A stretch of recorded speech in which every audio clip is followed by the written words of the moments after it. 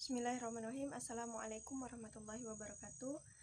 Alhamdulillahirrabbilalamin. Assalatu wassalamu ala asrofil anbiya wal mursalin Sayyidina Muhammadin wa ala alihi washabihi ajma'in amma ba'du.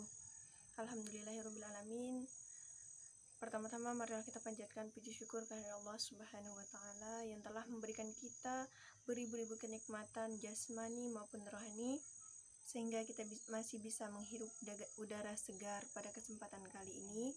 Alhamdulillah, sholawat serta salam tidak lupa juga kita curahkan kepada Nabi besar Muhammad SAW yang telah membawa kita dari zaman kegelapan menuju zaman yang penuh dengan terang benderang seperti yang kita rasakan pada saat ini. Baiklah, saya atas nama Hajijah dari Prodi Studi Agama-Agama semester 5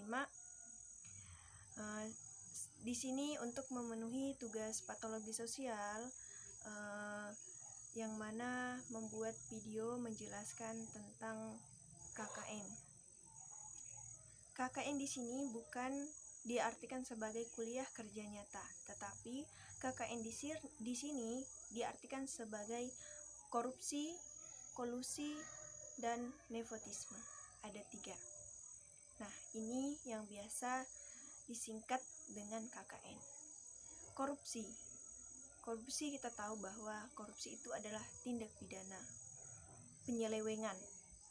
Ini biasanya terjadi di suatu pemerintahan. Bahkan ada juga yang terjadi pada zaman dahulu itu di suatu kerajaan-kerajaan, pemerintahan kerajaan. Contoh yang terjadi di kerajaan Majapahit atau Singosari. Nah, di kerajaan Singosari bahkan sampai 7 keturunan pun mereka selalu berebut kekuasaan. Nah, ini disebabkan dengan korupsi. Nah, korupsi juga berkembang di era sebelum Indonesia itu merdeka, bahkan dia juga berkembang di era setelah Indonesia itu merdeka. Ada juga di era Orde Baru, Orde Lama, di era reformasi. Nah, korupsi ini sudah membudidaya dan sudah menjadi darah daging bagi setiap orang. Korupsi bahkan sampai saat ini masih ada yang melakukan tindakan-tindakan korupsi, kolusi, dan nepotisme tersebut. Nah, ini seringkali terjadi di suatu kepemerintahan yang mana mereka melakukan tindakan-tindakan yang tidak benar, tindakan yang dilarang oleh hukum tersebut. Bagaimana sebab akibatnya? Faktor-faktor penyebab dari korupsi itu tersendiri ada yang berupa faktor internal dan faktor eksternal, dari luar dan dari dalam. Yang faktor internal tersebut dari dalam ini merupakan faktor pendorong korupsi yang berasal dari dalam diri setiap individu. Yang pertama, bisa penyebabnya itu sifat tamak atau rakus. Nah, ini selalu ada pada manusia. Gaya hidupnya yang konsumtif, moralnya yang kurang kuat. Adapun dari faktor eksternal merupakan faktor pemicu terjadinya tindakan-tindakan korup yang berasal dari luar itu sendiri, yaitu faktor politik dan faktor hukum. Nah, akibat dari pendapat yang ditimbulkan tadi, akibat-akibat yang dapat ditimbulkan hal tersebut berupa menurunnya kualitas pelayanan publik, kemudian rusaknya sendi-sendi prinsip dari sistem pengelolaan keuangan negara, terjadinya pemerintahan boneka. Kita tahu kan boneka itu adalah benda mati, benda yang semena-mena dibawa kemana-mana. Nah, bisa juga meningkatnya kesenjangan sosial dan lain-lain sebagainya. Nah, itulah penyebab atau faktor-faktor dari hal tersebut tadi. Kita tahu kan bahwasanya korupsi itu adalah tindakan yang salah. Tindakan korupsi itu sering dilakukan oleh para pejabat-pejabat kekuasaan atau kepemerintahan. Sebelumnya, yang kita tahu korupsi itu adalah tindakan-tindakan penyalahgunaan jabatan atau sebuah wewenang yang dilakukan oleh seseorang itu demi mendapatkan keuntungan pribadi. Demi keuntungan pribadinya. Jadi, korupsi ini mendapatkan keuntungan pribadi. Dan ini merupakan perilaku yang tidak mempunyai kejujuran. Bisa dibilang itu perilaku yang tidak pantas untuk dilakukan. Orang yang telah melakukan tindak korupsi tersebut itu berarti dia tidak bersifat jujur. Ini sangat sayang sekali bahwasanya dia tidak menanamkan kejujuran di dalam hatinya, sehingga dia masih bisa melakukan tindakan-tindakan korupsi. Padahal sebenarnya dia tahu bahwa itu adalah tindakan yang salah menurut hukum, apalagi menurut agama. Nah, ketika kita melakukan tindakan ini, maka kita akan kehilangan kepercayaan dari orang lain. Orang-orang tidak akan percaya lagi apabila kita melakukan tindakan-tindakan korupsi tadi. Yang awalnya orang-orang percaya bahwa kita ini adalah orang yang jujur, namun ternyata ketika kita melakukan kesalahan, apalagi melakukan tindakan korupsi, maka kepercayaan orang tersebut akan hilang dalam diri kita. Nah, begitu juga sikap-sikap dari tindakan-tindakan dari kolusi tadi, korupsi. Dampak dari kolusi itu sendiri, jika terus-menerus orang-orang lakukan, maka bisa terjadinya kesenjangan sosial di masyarakat dan ketidakadilan di berbagai bidang-bidang kehidupan. Proses pertumbuhan ekonomi dan investasi menjadi terhambat, sehingga pengentasan kemiskinan menjadi terhambat juga. Terjadinya pemborosan terhadap sumber daya, baik itu sumber daya manusia maupun sumber daya ekonomi. Nah, bisa juga proses demokrasi menjadi terganggu karena adanya pelanggaran hak-hak warga negara. Timbulnya ketidakpercayaan masyarakat terhadap aparat-aparat negara lagi. Ini bisa menyebabkan, semuanya bisa mengakibatkan hal-hal yang tidak masyarakat inginkan dari terjadinya kolusi, korupsi, nepotisme tadi. Lalu bagaimana cara kita untuk mengatasi hal-hal tersebut supaya kita terhindar dari tindakan-tindakan yang tidak baik? Pertama, perkuatkan iman kita sendiri dan tumbuhkan budaya malu dalam diri kita. Memang malu adalah sebagian dari iman, tetapi malu itu ada tempatnya. Ketika seseorang melakukan tindakan kesalahan, maka dia harus malu. Tetapi ketika orang melakukan perbuatan-perbuatan baik, kenapa kita harus malu? Nah, jadi begitu.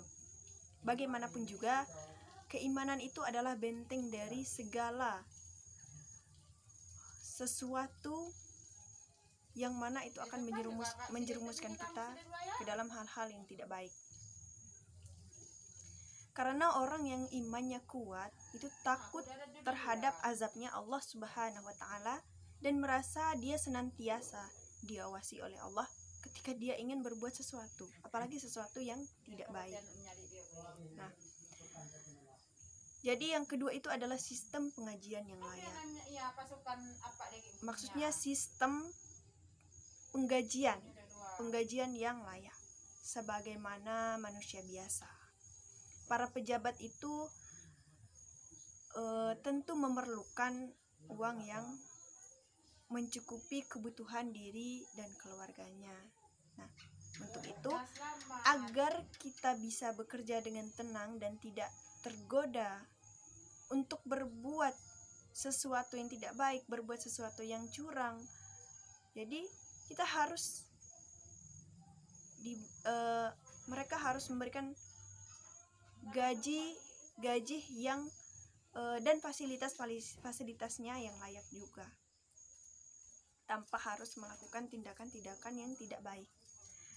Sebagaimana Rasulullah Shallallahu Alaihi Wasallam yang pernah saya pelajari itu bersabda, yang artinya, siapa yang bekerja untukku dalam keadaan tidak beristri, hendaklah menikah, atau tidak memiliki pelayan. Hendaklah mengambil pelayan atau tidak mempunyai rumah. Hendaklah mengambil rumah atau tidak mempunyai ketunggangan atau kendaraan.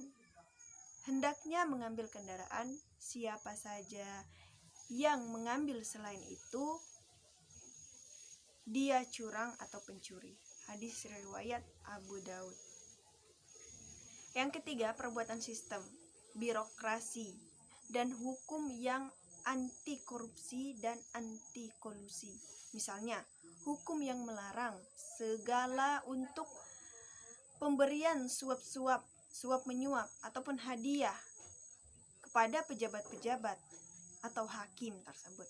Rasulullah juga bersabda, hadiah yang diberikan kepada para pejabat adalah haram, dan suap yang diterima hakim adalah kufur. Hadis riwayat Imam Ahmad. Nah, yang keempat, perhitungan suatu kekayaan. Yang keempat ini adalah perhitungan kekayaan pejabat dan pembuktian terbalik. Jadi orang-orang yang melakukan korupsi tentu jumlah kekayaannya akan bertambah dengan cepat. Pasti kawan-kawan pernah melihat, sebelum orang yang melakukan tindakan korupsi tersebut diketahui oleh jalur hukum, mungkin kita pernah melihat pada awalnya kehidupan mereka itu sederhana, namun setelah dia mendapat jabatan tinggi, kemudian tiba-tiba kekayaan mereka merosot begitu cepat. Rumah berubah menjadi bagus, dan semua aktivitas di rumah itu bertambah. Pada akhirnya dia ketahuan melakukan tindakan korupsi. Itulah makanya korupsi itu sangat dilarang, baik itu di hukum, jalur hukum maupun agama. Yang kelima, hukuman yang berat. Tindak pidana korupsi termasuk dalam kelompok tindakan pidana yang berat. Oleh sebab itu, penentuan hukumnya, baik jenisnya, bentuk, dan jumlahnya yang diserahkan kepada pemerintah, dalam hal ini lembaga hukum dan peradilan, harus tegas, memberikan sebuah keadilan. Yang keenam, penegakkan hukum secara tegas dan tanpa pandang bulu siapapun dia, orang biasa, orang pejabat, atau yang lainnya. Percuma saja jika hukum dibuat, tetapi jika hanya untuk dilanggar, bagaimana mungkin di negeri ini pencuri seekor ayam saja, dan sementara koruptor yang begitu banyak sehingga jumlahnya itu miliaran rupiah atau bahkan lebih tinggi dari itu, mereka bebas dari hukuman. Nah, lalu bagaimana yang melakukan mencuri ayam itu tadi? Mereka bertahun-tahun di penjara, sedangkan yang melakukan tindakan korupsi saja itu berbulan-bulan. Nah, hukum baru bisa berfungsi sebagai hukum jika diterapkan secara tegas dan tanpa pandang bulu. Ketujuh, teladan dari para pemimpin. Tentunya sebagai pemimpin harus menjadi pemimpin yang baik, yang adil, yang bijaksana. Nah, harus teladan menjadi seorang pemimpin.